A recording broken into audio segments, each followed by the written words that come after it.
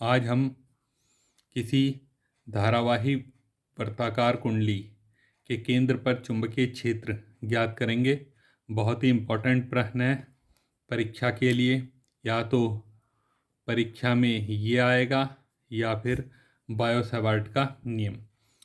धारावाही वृत्ताकार कुंडली के केंद्र पर चुंबकीय क्षेत्र की तीव्रता ज्ञात करने के लिए बायो-सावर्ट का नियम प्रयोग में लाया जाता है। बायो-सावर्ट का नियम किसी धारावाही चालक के किसी खंड के कारण किसी बिंदु पर चुंबकीय क्षेत्र की तीव्रता बताता है। इसका सूत्र होता है dV बराबर μ0/4πI dl sin θ/r², जहाँ dl उस चालक खंड की लंबाई है, r चालक खंड से बिंदु की दूरी हो गई, r उनके मध्य दूरी है, और थीटा इस बिंदु को चालक खंड से जोड़ने वाली जो रेखा कोण बनाती है वह कोण है। तो इसके लिए यहाँ पर हमें एक वृत्ताकार कुंडली दी गई है जिसकी त्रिज्या r है और जिसमें I धारा प्रवाहित हो रही है। तो इसको ज्ञात करने के लिए हम इसके एक भाग AB dl लंबाई का एक छोटा सा भाग ले लेंगे dl लंबाई का। इसके कारण इसके केंद्र पर चुंबकीय क्षेत्र की तीव्रता ज्ञात करेंगे। तो AB चालक खंड के कारण बिंदु O पर चुंबकीय क्षेत्र की तीव्रता, क्योंकि ये खंड के कारण है तो इसको स्मॉल मानेंगे। dV बराबर बायो-सावर्ट का नियम लगेगा μ0/4πI, इसमें जो धारा प्रवाहित थी वही इस खंड में होगी, dl इस चालक खंड की लंबाई, dl साइन थीटा। अब देखिए, क्योंकि यह खंड बहुत ही छोटा है तो वृत्त के किसी बिंदु को, वृत्त की परिधि पर स्थित किसी बिंदु को केंद्र से मिलाने वाली रेखा उस भाग पर लंब होती है। तो यहाँ पर साइन 90 हो जाएगा, इनके मध्य दूरी थी r²। इसके साथ साथ हमें यहाँ पर चुंबकीय क्षेत्र की दिशा भी लिखनी होगी। चुंबकीय क्षेत्र के सवालों को जब भी करें तो चुंबकीय क्षेत्र की दिशा अवश्य लिखें। चुंबकीय क्षेत्र की दिशा ज्ञात करने के लिए हम दाएं हाथ की हथेली का नियम यूज करेंगे। दाएं हाथ की हथेली का नियम कहता है आप अपने दाएं हाथ की अंगुलियों को इस प्रकार फैलाएं कि फैली अंगुलियां उस बिंदु की ओर हो जहां पर हमें चुंबकीय क्षेत्र ज्ञात करना है, और अंगूठा हमारा चालक की दिशा में हो। ये देखिए, अंगूठा चालक की दिशा में, चालक में धारा की दिशा में आ गया, और फैली अंगुलियां उस बिंदु की ओर जहां पर हमें चुंबकीय क्षेत्र ज्ञात करना है। तो जो पुश या पुल, धक्का या खिंचाव की जो दिशा होती है वह चुंबकीय क्षेत्र की दिशा होती है। देखिए यहाँ पर क्या है, यहाँ पर जो दिशा आ रही है वो कहाँ को आ रही है, अंदर की ओर को आ रही है। तो यहाँ पर जो चुंबकीय क्षेत्र की दिशा हुई, कागज के तल के लंबवत अंदर की ओर।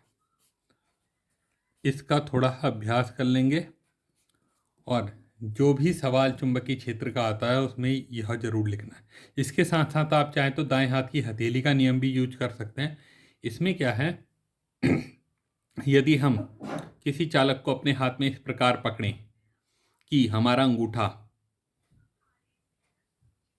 चालक में प्रवाहित धारा की दिशा में हो, तो जो हमारे अंगुलियों के घूमने की दिशा होती है वह चुंबकीय बल रेखाओं की दिशा को व्यक्त करती है। अब देखिए, यहाँ पर हमने इस धारावाही लूप को पकड़ा इस तरीके से। देखिए, अंगूठा हमारा धारा की दिशा में है, तो देखिए यहाँ पर हमारी अंगुलियां अंदर की ओर आ रही है, तो यहाँ पर चुंबकीय क्षेत्र अंदर की ओर होगा, और अगर हम दूसरी तरफ को लेंगे तो इधर बाहर की ओर होगा। अगर हम यहाँ को भी बात करते हैं, देखिए ये इस तरीके से प्रवाहित हो रही है। आप कहीं पर भी लेंगे तो अंदर इसके भीतर हमेशा अंदर की ओर आएगा। इस तरीके से भी हम चुंबकीय बल रेखाओं की सहायता से भी चुंबकीय क्षेत्र की दिशा को ज्ञात कर सकते हैं। इसको हम क्रॉस से दिखाते हैं कागज के तल के लंबवत, तो यहाँ पर हमने दिशा को अंदर की ओर दिखा दिया। अब यह एक भाग के कारण था, तो डी बी बराबर μ0/4πI dl। साइन 90 का मान 1 होता है अपॉन r स्क्वायर। तो अब इसलिए पूरे लूप या कुंडली के कारण